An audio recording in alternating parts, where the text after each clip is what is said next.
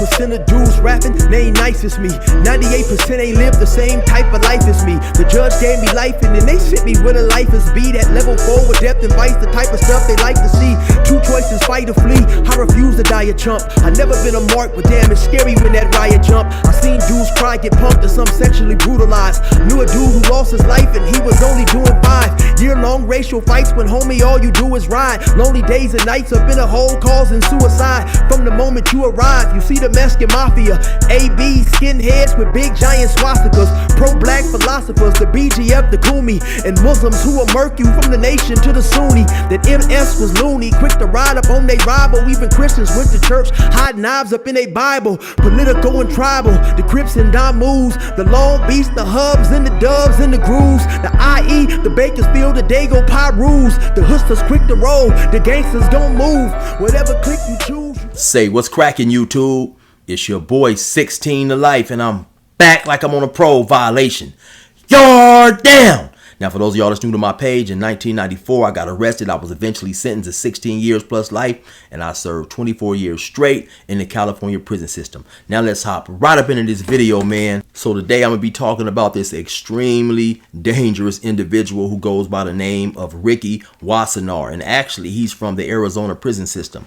Some of you guys may have heard about this situation. It took place maybe about 3 or 4 months ago. So let's get right into it. Like I said earlier, he's from Arizona and he was born in April of 1963. Somewhere around 1986, he gets charged with an armed robbery and aggravated assault. So he gets locked up. He goes to the county jail out there. And then in 1987, he's sentenced to 16 years for that case that I just mentioned.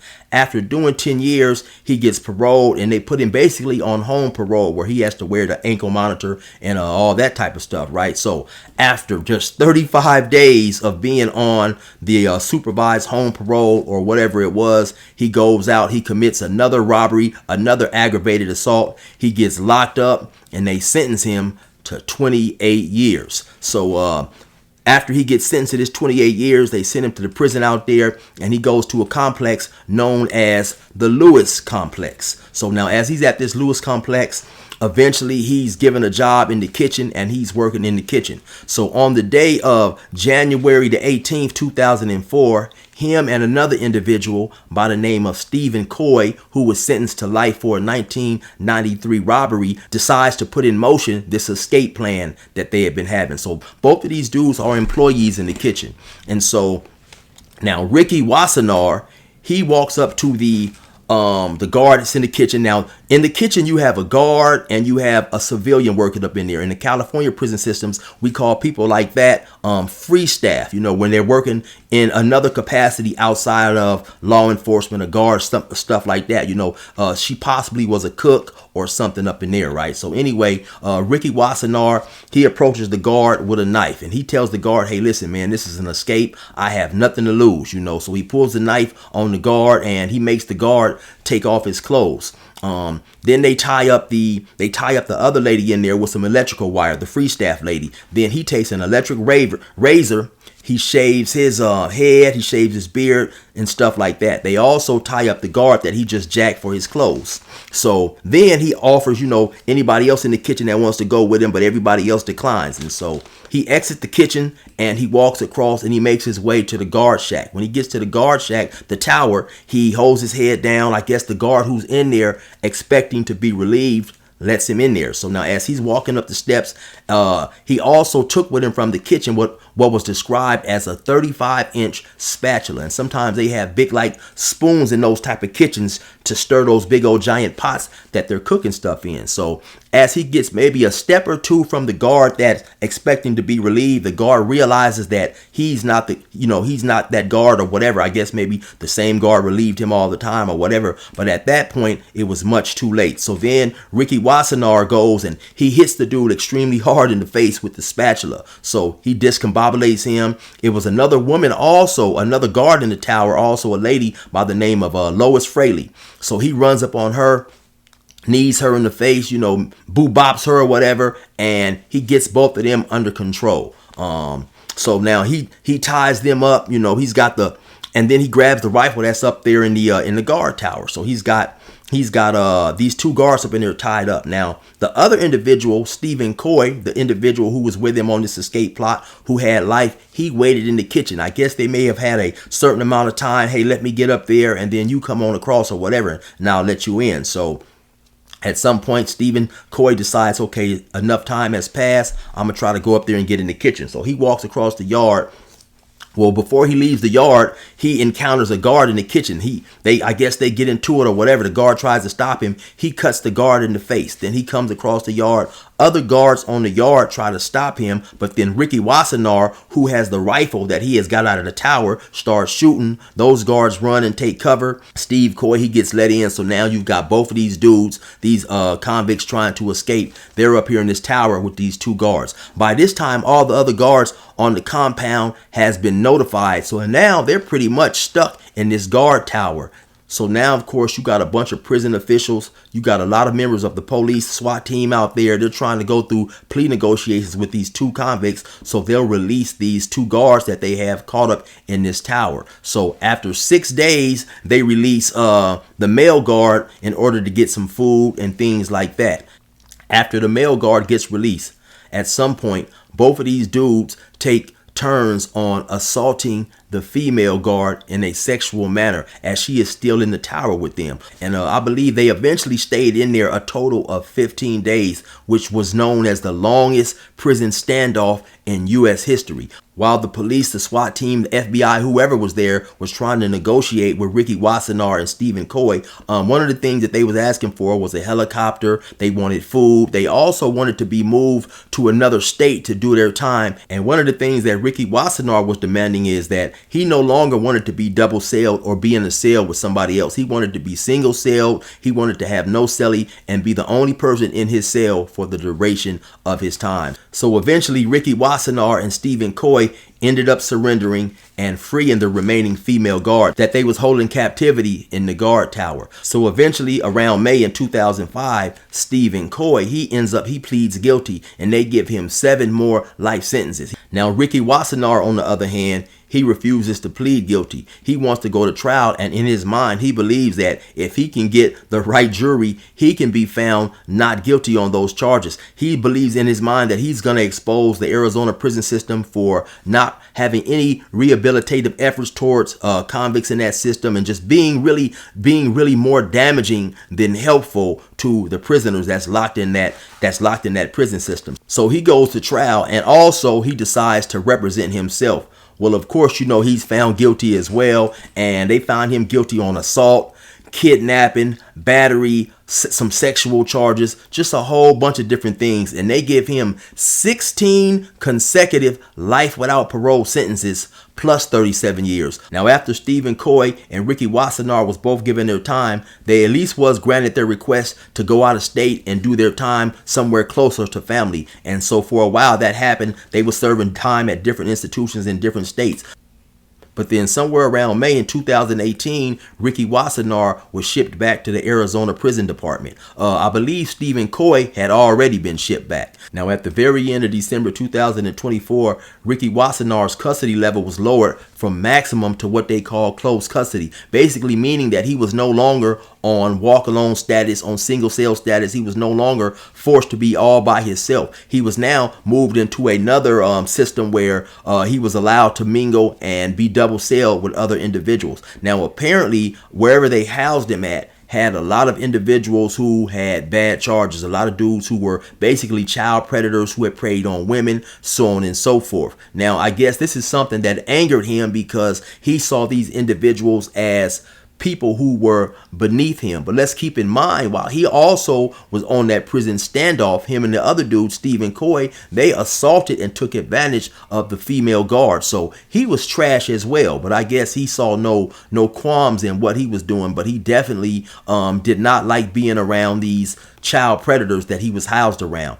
They end up giving him a cellie, an older dude by the name of Joseph DeSoto, an older dude who was around 81 years old, and one day he winds up dead in the cell. Now, I ran across a couple of different reports on the conclusion of the autopsy in terms of why DeSoto had passed away. One said that it could not be decided, and the other one said that it was natural causes. Neither report said that it was at the hands of another individual or that it was homicide. Of course, when something like that happens, they'll automatically, in most situations and in most institutions, they'll take your cellie to the hole, basically, and you'll be held there upon the finalization of the autopsy report, because of course they want to make sure it was no foul play. So eventually Ricky Wasanar comes back to the yard, and Ricky Wasanar himself said that all the inmates were surprised when he came back to the yard because everybody knew that he had killed that guy. But once again, the autopsy said that it was natural causes, or it was also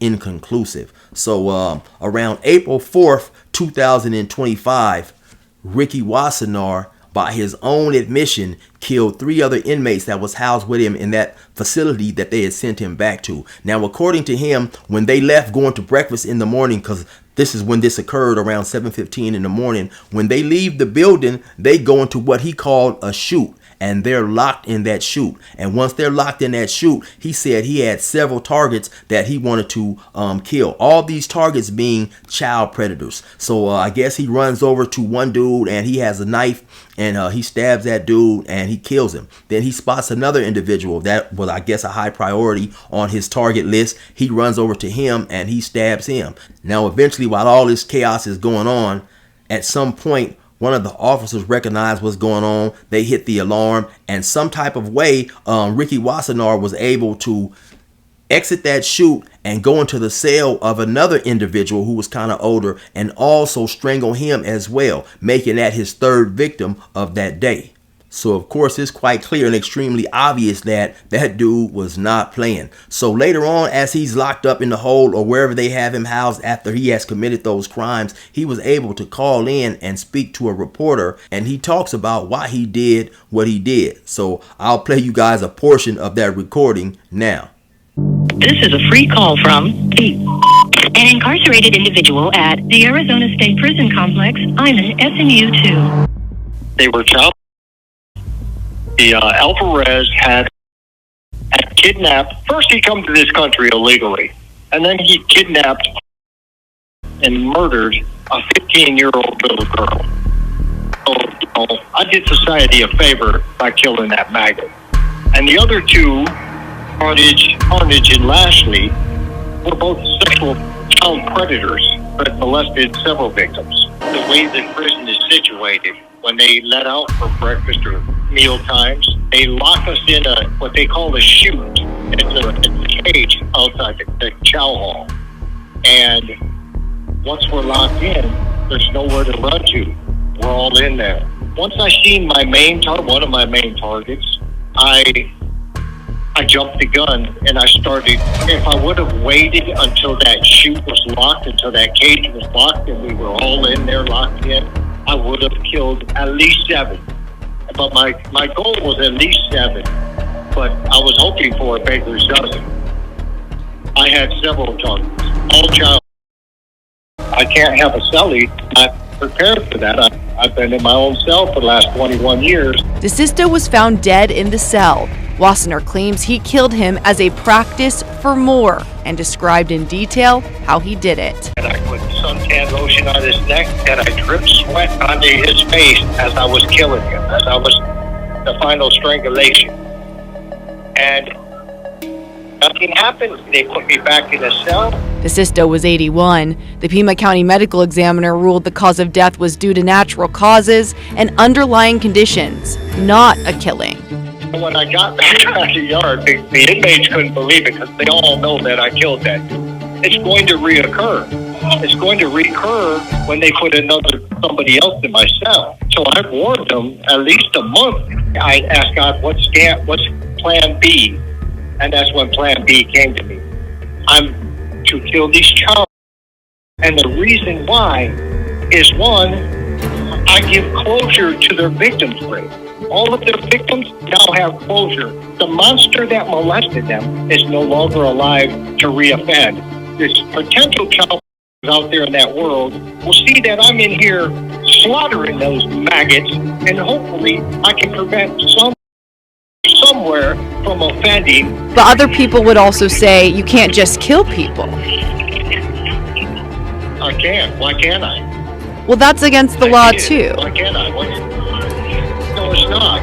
It shouldn't be. I mean, yeah, it's against your law. Inside the razor wire, your rules, your society rules do not apply to us.